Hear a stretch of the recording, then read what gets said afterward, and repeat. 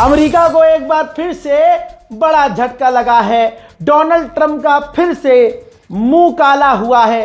याद रखिए दोस्तों, अमेरिका ये जंग बहुत पहले हार चुका है। सीधी खबर आधी रात गुजरने के बाद आपके सामने रख रहा हूं। मेरे दोस्तों, बड़ा अपडेट यही है कि ब्रिटेन ने आधिकारिक तौर पर मना कर दिया है। जिस चीज पर उछल रहा था ट्रंप और बड़ी बड़ी हवाई बातें कर रहा था 4 घंटे पहले तक कि ब्रिटेन और दूसरे बड़े देश नेटो यूरोप के हमारे साथी आएंगे स्ट्रेट ऑफ हॉर्मुज खुलवाने में, स्ट्रेट ऑफ हॉर्मुज का रास्ता खुलवाने के लिए। मेरे दोस्तों, ब्रिटेन की ऑफिशियल गवर्नमेंट ने ऐलान किया है कि वो स्ट्रेट ऑफ हॉर्मुज खुलवाने के लिए मिलिट्री एक्शन नहीं लेंगे, न जंग में कूदेंगे, न जंग ज्वाइन करेंगे। तो ये आप समझ सकते हैं कि जो ये दोबारा से जंग का जो माहौल बन रहा है, इसमें पहला और बड़ा झटका ट्रंप को लगा है। आइए अब मैं आपका दिमाग क्लियर कर दूं कि ईरान ने इतनी सख्ती से इस डील को इनकार क्यों किया। जो अमेरिका के द्वारा ऑप्शन रखा गया, डील रखी गई, फाइनल जो अभी भी ऑप्शन दिया गया जाते जाते जेडी वेंस के द्वारा ईरान को, उसमें शर्त यह थी कि बिना किसी शर्त के ईरान स्ट्रेट ऑफ हॉर्मुज खोल दे और स्ट्रेट ऑफ हॉर्मुज से गुजरने वाले जहाजों से कोई भी टैक्स ना ले। ये पहली बात। पूरे इलाके में हमास हो, हिजबुल्ला हो, इराक के लड़ाके हो, कोई भी समर्थक इसके ईरान के ग्रुप हैं, आप अपने उन इराकी ग्रुप को सपोर्ट करना बंद करो। ठीक उस डील में यह कहा गया कि ईरान पूरी तरह से अपना यूरेनियम बाहर निकाले। ये मैं आपको पहले ही बता चुका था 18 घंटे पहले। यूरेनियम, अपना सारा एनरिच यूरेनियम बाहर निकाल दे, हमें दे दे या किसी और को दे दे, और अपनी सारी न्यूक्लियर फैसिलिटीज बंद कर दे, सारी की सारी न्यूक्लियर फैसिलिटी बंद कर दे। और सुनिए, यही नहीं, इसलिए थोड़ी ईरान किलस गया, ईरान से मांग की गई कि आप जो पैसे अपने कह रहे हो कि हम आपके पैसे रिलीज कर दें, जो हजरात ईरान के ही पैसे हैं, ईरान से अमेरिका ने कहा कि नहीं, सारे रिलीज नहीं होंगे, वो बाद में हम डिसाइड करेंगे कि कितने पैसे आपके रिलीज होने हैं। बस इसी बात से बुरी तरह से ईरान भड़क गया और ईरान ने सीधा मना कर दिया कि चल बे चल, तब देख लेंगे जो होगा। मतलब स्टाइल यही था, एक्शन रिएक्शन वर्ड्स ये नहीं थे, लेकिन जिस हिसाब से जेडी वेंस भागा किलस के, तुरंत फड़फड़ाता हुआ, धमकी देता हुआ, ईरान ने बता दिया कि तुम्हारी किसी भी शर्त को नहीं मानेंगे। अगर एक भी शर्त को मानता ईरान तो ये बात अभी आगे बढ़ती। ईरान ने सीधा कह दिया बिग नो। मेरे दोस्तों, इसके बाद जहां ईरान के समर्थकों की हिम्मत डगमगा गई थी, हजरात ईरान के मेंबर ऑफ पार्लियामेंट मोहम्मद गलीबाफ ने दिल को मजबूत कर दिया। उन्होंने कहा, सुनो अमेरिका, अगर तुम हमें दोबारा टेस्ट करना चाहते हो तो हम दोबारा तुम्हें इससे बड़ा सरप्राइज देंगे, बड़ा सबक सिखाएंगे। अगर तुम टेक्निकल होकर बात करोगे तो टेक्निकल जवाब देंगे, अगर लॉजिक सिलेक्ट करोगे तो लॉजिक से जवाब देंगे, अगर तुम जंग सिलेक्ट करोगे तो हम जंग लड़ेंगे और बहुत अच्छे से लड़ेंगे। ये गलीबाफ ने कह दिया है। यानी ईरान पूरी तरह से मूड बना चुका है कि इस सुअर के आगे झुकना नहीं। उधर ईरान के नेवल ऑफिसर ने साफ कह दिया है कि हमने पूरी नज़र बना के रखी है स्ट्रेट हॉर्मुज में, हमारी मर्जी के बिना एक परिंदा भी नहीं आ सकता। अमेरिका की कोई चाल कामयाब नहीं हो सकती, कोई चाल। जैसे स्ट्रेट ऑफ हॉर्मुज लॉक किया हुआ है ईरान ने, अब ये ज़्यादा स्मार्ट बने, इन्होंने कहा हम पीछे से ही रास्ता बंद कर देंगे। अब इससे दुनिया को तो झटका लग गया। कुछ दिन में दुनिया में बिजली भी कटना शुरू हो जाएगी। कुछ ही दिन में आप देखेंगे कि आपको इन्वर्टर की ज़रूरत होगी। कुछ ही दिन में आप देखेंगे गैस पेट्रोल के दाम बढ़ रहे हैं। कुछ ही दिन में आप देखेंगे दुनिया में तमाम जगह पर महंगाई अचानक से बढ़ गई, क्योंकि अमेरिका ने पूरा ही रास्ता ब्लॉक कर दिया ना। ईरान तो कह रहा था फीस दो या हमसे परमिशन लो और निकलो, कोई दिक्कत नहीं है। तो इस पर ईरान ने इसकी ये प्लानिंग फेल कर दी। ईरान ने कहा कि अगर स्ट्रेट ऑफ हॉर्मुज अमेरिका ने ब्लॉक किया, ये रास्ता बंद किया, तो दूसरा जो रास्ता है ना मुन्ना, लाल सागर वाला, हाँ, उसे भी हम बंद कर देंगे। अब डोनाल्ड ट्रंप की जो गवर्नमेंट के ऑफिशियल, उनके पसीने छूट रहे हैं। मेरे दोस्तों, सबसे बड़ा खुलासा हुआ है। आप सो रहे होंगे लेकिन जब सुबह उठिएगा तो देखिएगा जरूर। इससे पहले के भी तमाम अपडेट देख लीजिएगा।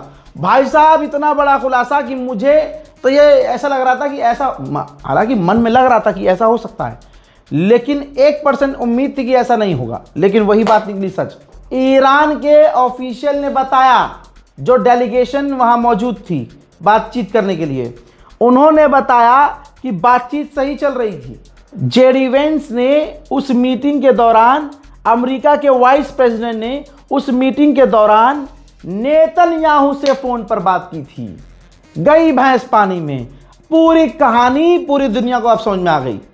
नेतन्याहू ने पीछे से क्या कहा नहीं पता, जेडी वेंस का वहां से मूड बदल गया और जो बात बनते बनते बन रही थी वहां सब कुछ बिगड़ गया। आईआरजीसी के स्पोक पर्सन जुल्फिकारी ने कहा कि जो वेसल, सिविलियन वेसल्स हैं, हमसे परमिशन लेके स्ट्रेट ऑफ हॉर्मुज क्रॉस कर लें, हमें कोई दिक्कत नहीं है। लेकिन अगर किसी फौज की वॉरशिप, किसी भी दुनिया के फौज की वॉरशिप, किसी भी मुल्क की वॉरशिप हमारे स्ट्रेट ऑफ हॉर्मुज के करीब भी आई तो हम सीज फायर का उल्लंघन मानेंगे और फिर हम जवाब देंगे। दोस्तों, दुआ की ज़रूरत है, दुआ करते रहिएगा। बड़ा अपडेट यह है कि इजराइल के ऑफिशियल ने कहा है कि हम डोनाल्ड ट्रंप के यानी अमेरिका की परमिशन का इंतज़ार कर रहे हैं।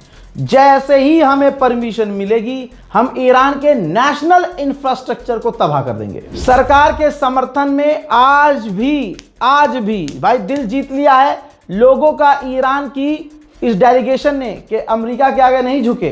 तो हो क्या रहा है कि आज भी ईरान की सड़कों पर अपनी गवर्नमेंट के सपोर्ट में प्रदर्शन हो रहा है।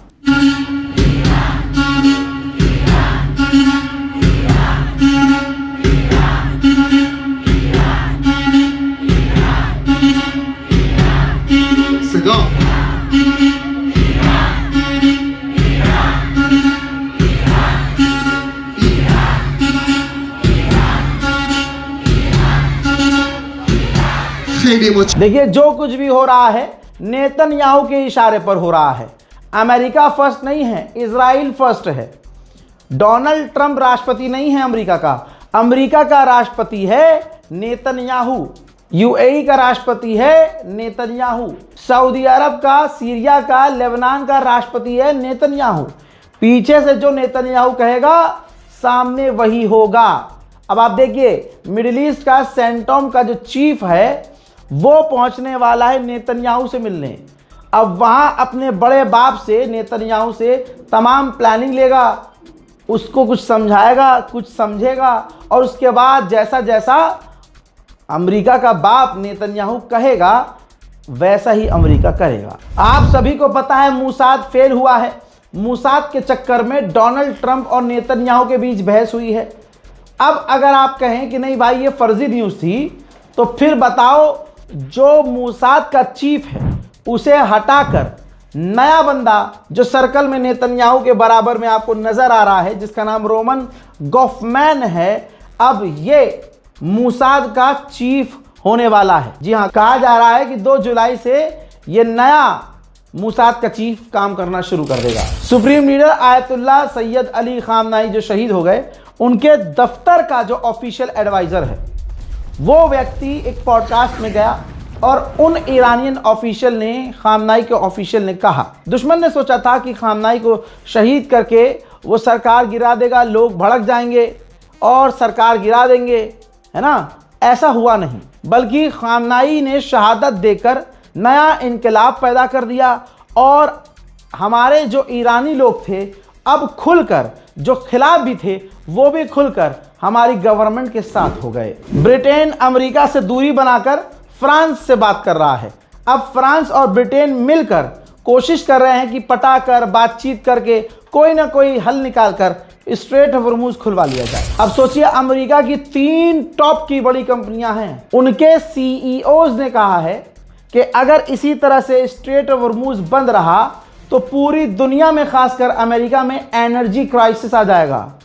समझ रहे हो, तेल, ईंधन, बिजली सब की सब खतरे में पड़ जाएगी। हज़रात, उधर पाकिस्तान का ऐलान ये है कि अभी भी पाकिस्तान कोशिश कर रहा है कि बात हो जाए। उन्होंने कहा कि बातचीत का रास्ता अभी भी खुला हुआ है। उधर इराक के एम्बेसडर को सऊदी अरब ने समन किया और खरी खोटी सुनाई कि तुम्हारी ज़मीन से हमारे ऊपर हमला हुआ है। अब दोस्तों, इराक के मुंह में ज़बान होनी चाहिए थी कि भाई आपके बेस, आपके एयर स्पेस का इस्तेमाल करके अमेरिका की फौज जो ईरान पर हमला कर रही है, तो ईरान कोई तो जवाबी कार्रवाई करेगा, वो अपनी ताकत इस्तेमाल करेगा। मेरे दोस्तों, इजराइल के मेंबर ऑफ पार्लियामेंट ने डोनाल्ड ट्रंप को जलील करते हुए कहा है कि डोनाल्ड ट्रंप, अगर तुम्हें शूट करना है तो शूट करो, डोंट क्वैक, यानी अगर तुझे हमला ही करना है ईरान पर तो जाहिर सी बात है सीधा सीधा हमला कर, ज्यादा बोल मत। खबर लीक होने वाली तो नहीं लगती, लेकिन ये कहा जा रहा है लीक हुई है खबर,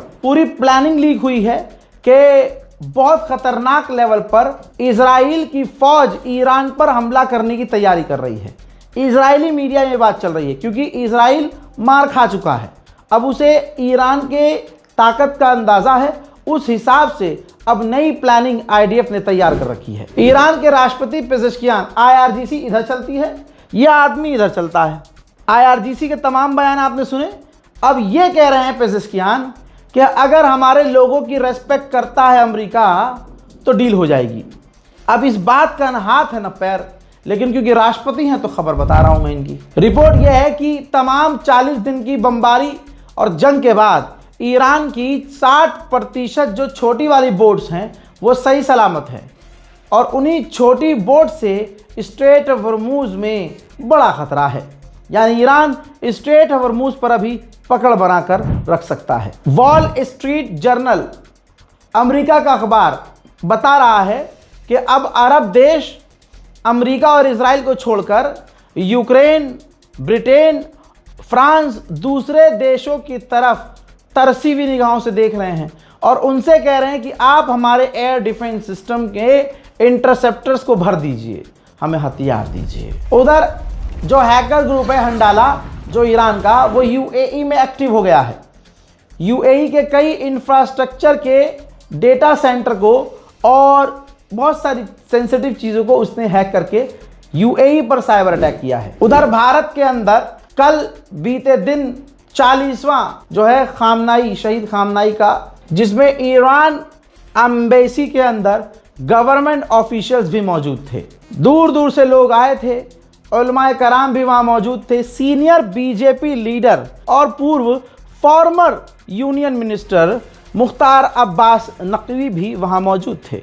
उन्होंने सुप्रीम लीडर को श्रद्धांजलि भी अर्पित की। ईरान के बारे में अमेरिका के अखबार ने छाप दिया है, ये देखिए कि ईरान का अभी भी न्यूक्लियर प्रोग्राम बच गया है जो आगे अमेरिका को परेशान करेगा। परेशान, आप सोचिए कितनी बार हमले किए गए ईरान की न्यूक्लियर फैसिलिटीज पर, लेकिन ये कौन सी ताकत है जो बार बार ईरान की न्यूक्लियर फैसिलिटी को बचा लेती है। हजरात, ये जो एप्पल है जिसको लेने का आप ख्वाब देखते हैं, दोस्तों ये एप्पल पूरे तरह से ईमानदारी से, बड़ी मेहनत से अमेरिका और इजराइल का साथ दे रहा है। जो एप्पल के अंदर, जो एप्पल का मैप है, उसका खुद का मैप है, उसके अंदर से तस्वीर देखिए, उसके अंदर से लेबनान के जो गांव और शहरों के नाम हैं, जिन ज़मीन पर कब्जा करना चाहता है, जिस लेबनान के इलाके पर इजराइल कब्जा करना चाहता है, एप्पल ने अपने मैप से लेबनान के उन गांव के नाम को पहले ही मिटा दिया है,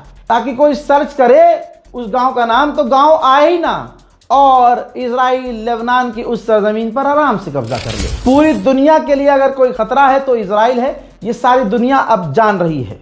भाई, इंटरनेशनल फौज लेबनान के अंदर है। इजराइल की दादागिरी देखिए, इजराइल के फौजी जो टैंकर चला रहे थे, अपना टैंकर ले जाकर यूएन की जो गाड़ी थी उससे भिड़ा दी। यानी गुंडे, बदमाश और हरामीपने की इंतहा अगर कहीं होती है तो वो अमेरिका और इजराइल करते हैं। उधर ये देखिए लेबनान की तस्वीर है। मुझे दिखाए कोई कि हाँ कोई अरब हुक्मरान भड़का हो, कहा हो कुछ, किसी ने कुछ बोला हो ना। भाई, लेबनान के बड़े बड़े गांव को बम लगाकर इजराइल उड़ा रहा है, लेकिन आपकी जुमा मस्जिद का मौलवी कुछ बोल नहीं पा रहा होगा, लेबनान के लिए दुआ नहीं करवा पा रहा होगा। जब हमारे मोहल्ले के इमाम डर रहे हैं सिर्फ लेबनान, गाजा और फिलिस्तीन और ईरान के लिए दुआ करवाने से, तो आप मुझे ये बताइए फिर अरब तो सही है, अरब का तो डायरेक्ट कनेक्शन इजराइल और अमेरिका से है। अपने आप को देखिए। हजरात मोहतरम, फिलहाल के इस रिपोर्ट में इतना ही। इस रिपोर्ट को शेयर ज़रूर कीजिएगा, और ये वीडियो आप सुबह देख रहे हैं तो माजरत, यह आपकी गलती है, मेरी गलती नहीं है। हम लाइव अपडेट दे रहे हैं। दिन में इतनी खबर नहीं होती क्योंकि भाई उस टाइम अमेरिका और उधर रात हो रही होती है। इंडियन टाइम जोन के हिसाब से जब यहाँ रात होती है तो खबरें बैक टू बैक बड़ी बड़ी होती हैं। हम शेड्यूल नहीं कर रहे हैं क्योंकि हमें पता है कि आप लोग हम पर यकीन कर रहे हैं, लिहाजा हम सबसे पहले, सबसे आगे, सबसे पक्की खबर जैसे ही आती है हम सीधा आपको दे देते हैं। चैनल को सब्सक्राइब जरूर कीजिएगा। जय हिंद।